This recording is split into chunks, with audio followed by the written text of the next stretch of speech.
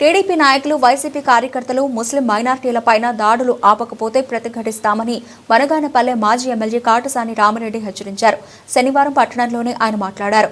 ముస్లిం యువకులపై TDP కార్యకర్తలు అన్యాయంగా దాడి చేశారని ఆరోపించారు. పోలీసులు ఉన్నారని, అధికారం ఉంది కదా అని ఇష్టానుసారంగా ప్రవర్తిస్తే సహించేది లేదన్నారు. అలాగే కొనసాగితే ప్రజలే తిరుగుబడే రోజులు వస్తాయన్నారు. ఈరోజు మీ పార్టీకి ఓటు వేసినారు. మీకు అన్ని విధాలుగా ఈరోజు ఈ పార్టీలోకి సంపూర్ణమైన మెజార్టీ కూడా టౌన్ నుంచి కూడా టీడీపీకే రావడం జరిగింది.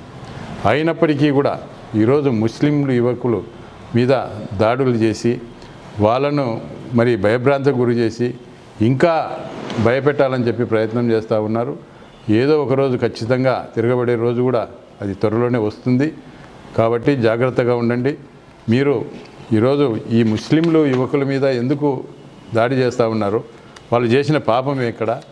మరి ఈరోజు వాళ్ళు ఏదో ప్రశాంతంగా ఎప్పుడు కూడా మరి ఎంతోమంది ఎమ్మెల్యేలు వచ్చినారు. గతంలో నేను కూడా 2 సార్లు ఎమ్మెల్యేగా ఉన్నాను. ఎక్కడ కూడా ముస్లింల జోలికి వెళ్లకుండా, ముస్లింలు అంటే మాకు ప్రత్యేకమైన అభిమానం ఉంది.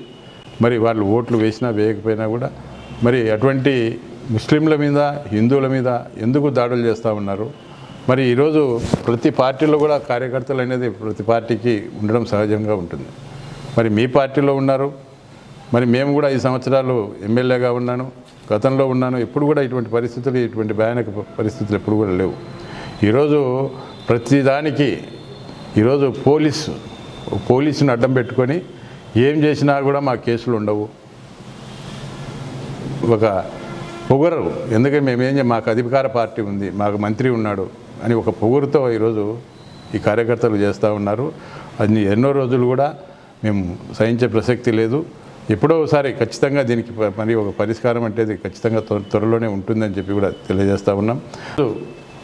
ఈ యొక్క దాడులు అనేది మరి ఈరోజు చాలా వరకు అన్ని ప్రాంతాల్లో కూడా, ఎందుకంటే గతంలో ఎన్నడూ లేని విధంగా కూడా చేయడం జరుగుతూ ఉంది. కాబట్టి ఈరోజు ఈ యొక్క మేనిఫెస్టో ఏదైతే ఉందో, మీరు ప్రభుత్వం వచ్చింది, ఈ ప్రభుత్వము మరి దీన్ని ఈ మేనిఫెస్టో ఏదైతే ఉందో, మీరు ఈ యొక్క పథకాలు ఏవైతే ఈ యొక్క సూపర్ 6 అని పథకం ఏదైతే పెట్టినారో అవన్నీ కూడా ప్రజలకు అందజేసి మంచి పేరు సంపాదించుకోవాలి.